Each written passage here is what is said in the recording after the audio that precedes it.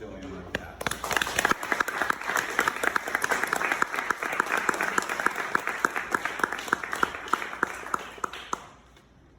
I think you will probably, is this working? No, it's not. Hello. It's not. Is that too loud?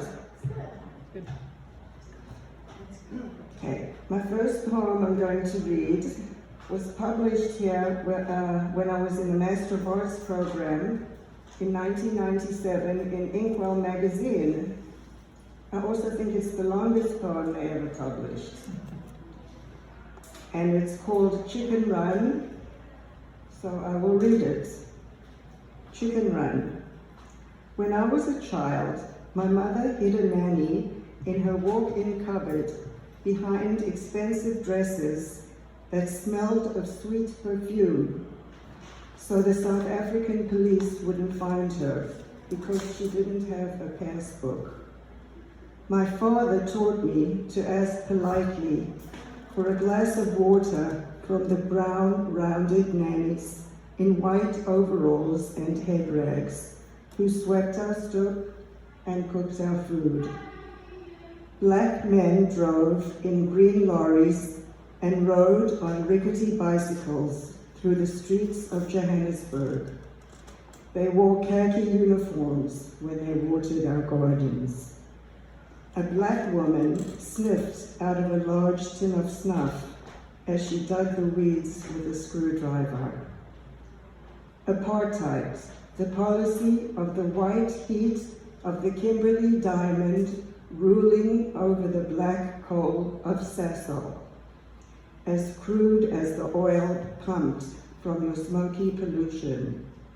I am the product of an oligarchy, and you have robbed me of my senses.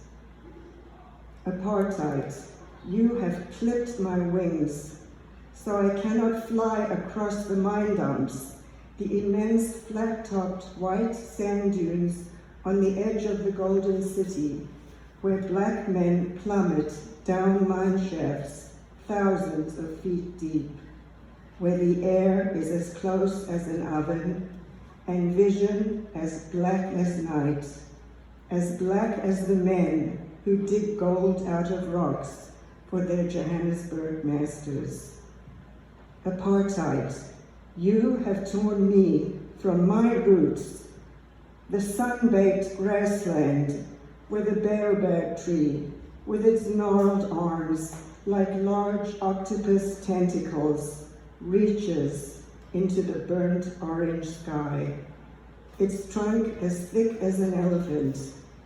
Fever trees poise like a flat green umbrella against the red and gold sunset.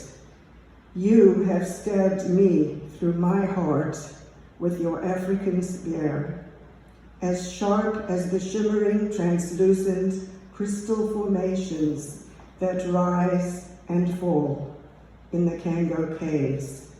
You have stopped my ears so I cannot hear the roar of the lion at dawn after his mate has killed a zebra by the waterhole at Kruger Park, where hyena wait to feed and vultures circle. The tidal wave of the first chicken run swept us away like the grains of sand on Durban Beach.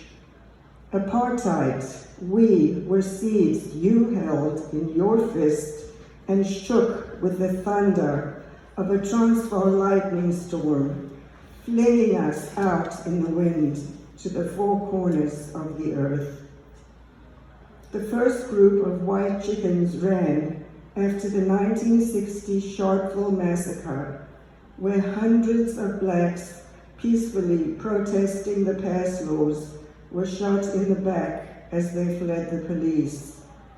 We were the first wave of whites to escape.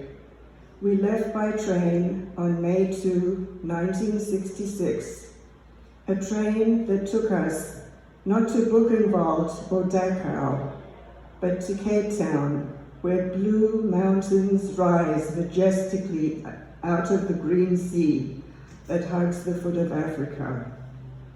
And Table Mountain sits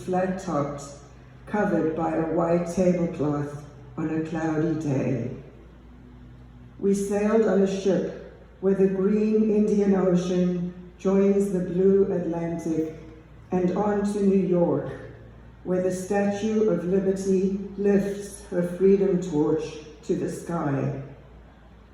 More whites left on the second chicken run in 1976, when police murdered black school children who were protesting the use of Afrikaans in their education, the language of the oppressor, who pushed their leaders out of 10th floor prison windows, saying they had committed suicide.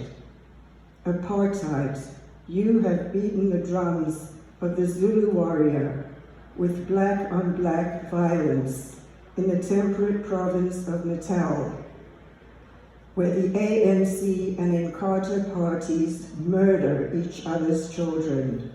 Then again, in the 1980s, thousands of white families scattered in another chicken run. In the new South Africa, whites live behind high fences with burglar alarms, their manicured lawns and mansions concealed. It is common to ask a neighbor or a friend which brand of barbed wire will keep out the mass of starving blacks who would kill for a piece of bread. Which gun is the best for your wife or daughter to wear in her brassiere? Apartheid, you have exploded like the whirling mass of water of the Ogrebi's Falls and gouged out a deep hole in the heart of my country. Wash the treasure of diamonds, your people, down the Orange River. You have scattered your citizens like the blossoms that fall off the jacaranda tree, not to form purple carpets outside plush homes in Johannesburg or in the streets of Pretoria, but scattered in the wind to the ends of the earth.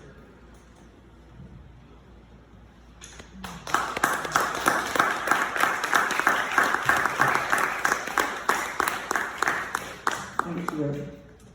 I hadn't been home to South Africa for like 30 years, so I wrote a poem about missing my family and missing the beautiful land, and it was called Homesickness. Homesickness. I want to jump through my computer screen where I see my cousins on Facebook. I haven't seen them in the flesh since 1984. When I crash through the curtains of light that separate us, the particles of the sun repose me onto the promenade of Plettenberg Bay. I am with them in the now, Jimmy, Sonia, Maisie, Todd, as we bicycle down the coastline of Cape Town. Gone are the snowbanks of New York, the streets covered in black ice where I slip and slide on the driveway, plows that sift the sodden, soggy, saturated snow into mountains of mush on the sidewalks. Now the only mountain I see is Table Mountain, its flat-topped peak shrouded by a lacy cloth of clouds covering its circumference.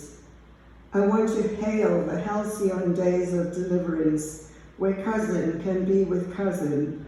We are no longer separated by oceans of water and millennia of minutes, but we dive with the dolphins and swim with the sharks, where the azure blue waves crash into the shore. We dance through the dryness of the Karoo and run with the rhinos, watch the water buffalo, and we wait for the lions at Kruger Park. We hail the hydrangeas as they bloom by the boughs of the bougainvillea. We smell the sweet lilac of the winding wisteria and while under the weeping willows. We pick mangoes off the trees that grow in our gardens, the cherry blossoms that give way to gorgeous red and yellow fruits, and mulberry trees, dozens of them, that grow down the hill towards the grapevine, where Jack, the Bantu servant who had been with my grandparents for decades, grew dacha, a stronger strain than American marijuana. All these days and nights where I can commune with my compatriots. I don't have to wait for the jumbo jet that will carry me back to my country. I will dream again of golden days I left in migratory madness.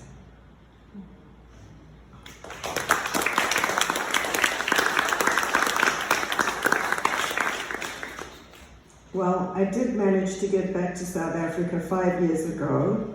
I went there with my daughter, Melissa. Hi, Melissa. Hi. And one of the highlights of our trip was we got to walk with lions at a place called Botlierskop. So I wrote a poem about that experience. Botlierskop. I walked with 2 female lions at the reserve in Mossel Bay. Each of us carried a clubbed stick. We're told never to turn our backs towards the beasts. When the lions stopped to rest, the guide photographed us one by one with our own iPhones. The Xhosa tribesmen held my hand all the way up the rocks so I could perch behind the resting giants. The guide tapped the ground with a long stick to indicate the place where I should stand, far back, so his compatriot could land the perfect portrait.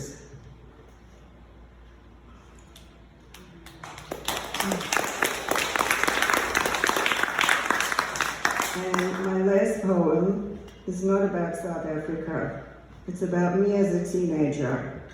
It's called Midnight. Midnight.